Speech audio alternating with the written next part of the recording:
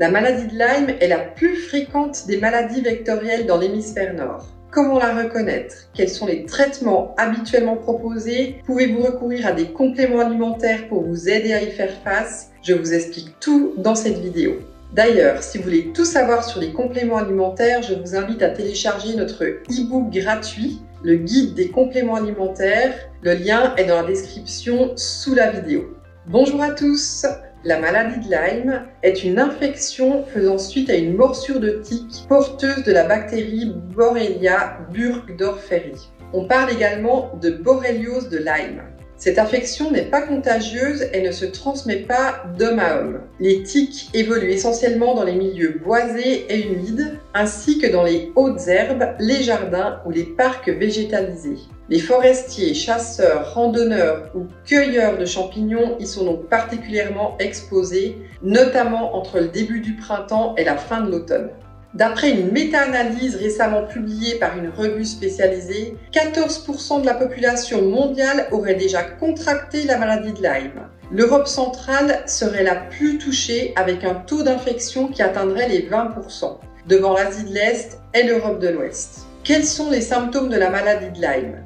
La maladie de Lyme peut se présenter sous différentes formes qui dépendent essentiellement de la précocité du dépistage. Le premier signe qui doit vous alerter est l'apparition d'une plaque rouge inflammatoire autour de la morsure. Celle-ci apparaît sous 3 à 30 jours après la piqûre. On parle d'érythème migrant isolé. Elle s'étend progressivement pour atteindre un diamètre qui excède souvent 5 cm. Elle n'occasionne pas de démangeaison. Visuellement, la plaque se délimite par une bordure rouge plus foncée que son centre ou prend l'aspect d'une cible. Parfois, ces plaques sont multiples et se développent à distance du point de morsure. Elles peuvent s'accompagner de symptômes plus généraux tels que de la fièvre, des maux de tête ou de la fatigue. Des inflammations articulaires ainsi que des atteintes neurologiques, cardiaques ou ophtalmiques sont parfois retrouvées. Lorsque ces troubles apparaissent dans les 6 mois, on parle de formes locales disséminées. Lorsque les formes précoces n'ont pas été convenablement traitées, la maladie de Lyme peut évoluer en une forme disséminée tardive qui met plusieurs mois, voire plusieurs années à apparaître. Celle-ci est de fait plus difficile à diagnostiquer. Elle se manifeste essentiellement par des troubles neurologiques d'installation progressive touchant le système nerveux central ou périphérique ou par des atrophies cutanées caractéristiques. Selon les zones touchées, elle peut laisser des séquelles invalidantes telles que des douleurs neuropathiques, de la fatigue chronique, des céphalées ou des troubles cognitifs. Quels sont les traitements de la maladie de Lyme ? Seul votre médecin traitant ou un spécialiste en maladies infectieuses peuvent vous proposer un traitement adapté. Je vous invite donc à consulter très rapidement un professionnel de santé si vous pensez avoir été piqué par une tique et que vous constatez des signes évocateurs comme la fameuse plaque rouge. En effet, plus la maladie de Lyme est diagnostiquée tôt, meilleures sont les chances pour récupérer totalement. Le traitement de fond repose systématiquement sur une antibiothérapie. Dans la forme locale précoce, la réponse est généralement excellente, avec une disparition totale de l'érythème sous 1 à 4 semaines. Les formes disséminées peuvent nécessiter une prise en charge pluridisciplinaire, ophtalmologie, neurologie, cardiologie, etc., avec prescription d'adjuvants thérapeutiques selon les cas, comme des corticoïdes pour les atteintes oculaires par exemple. Dans les formes avancées, une rééducation motrice ou cognitive, une prise en charge de la douleur ou un soutien psychologique peuvent compléter le parcours de soins. Listons maintenant les compléments utiles en cas de maladie de Lyme.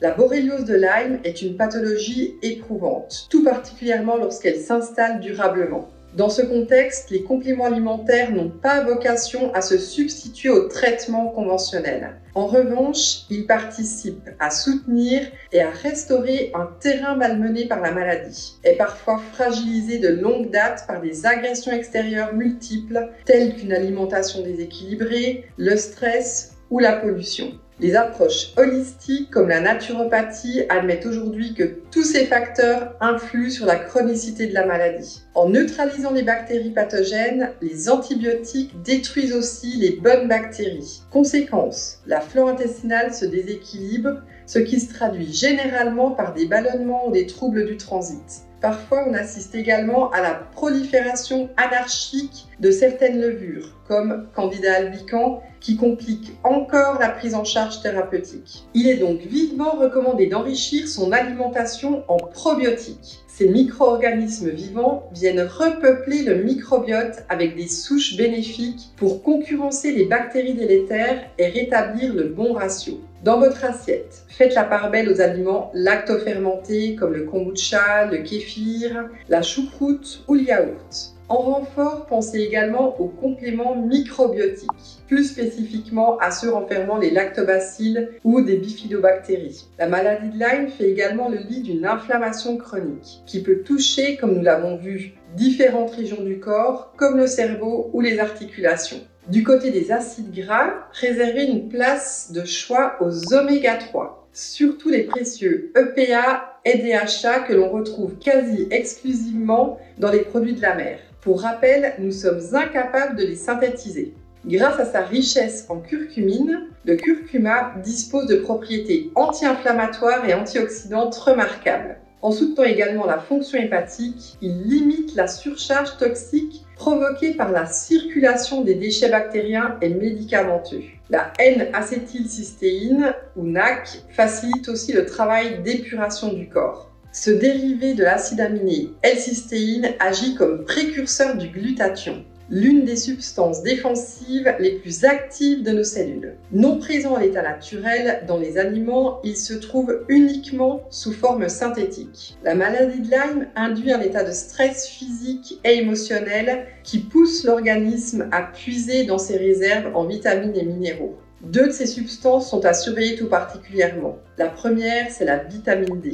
Synthétisée essentiellement par exposition de la peau au soleil, elle fait l'objet de carences fréquentes à travers le monde. Elle joue pourtant un rôle central dans le maintien d'une fonction immunitaire normale. Certaines études suggèrent que la bactérie responsable de la maladie de Lyme réduit l'expression des récepteurs de la vitamine D sur les cellules immunitaires, nous rendant moins armés pour combattre la maladie. La deuxième, c'est le magnésium. Par son évolution au long cours, cette pathologie crée un contexte particulièrement anxiogène chez les patients. Elle peut ainsi donner lieu à un stress chronique qui épuise prématurément les stocks de magnésium. Par ailleurs, un manque de magnésium peut renforcer les symptômes propres à la maladie de Lyme, comme l'asthénie, les troubles du sommeil ou la faiblesse musculaire. Au menu, misez sur les fruits oléagineux comme les amandes, le chocolat noir ou le riz complet. Du côté des compléments, je vous suggère de vous tourner vers le thréonate de magnésium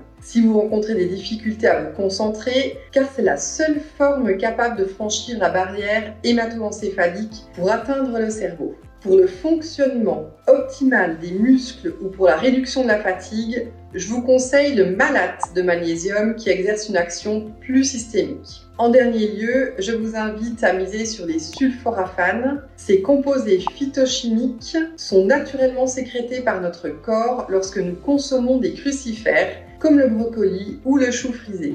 Plusieurs études indiquent que les sulforaphanes possèdent une affinité particulière avec le tissu cérébral. Certains nutritionnistes les préconisent ainsi pour atténuer le brouillard mental, souvent retrouvé dans les formes chroniques de la maladie de Lyme. Leur action détoxicante est également à souligner.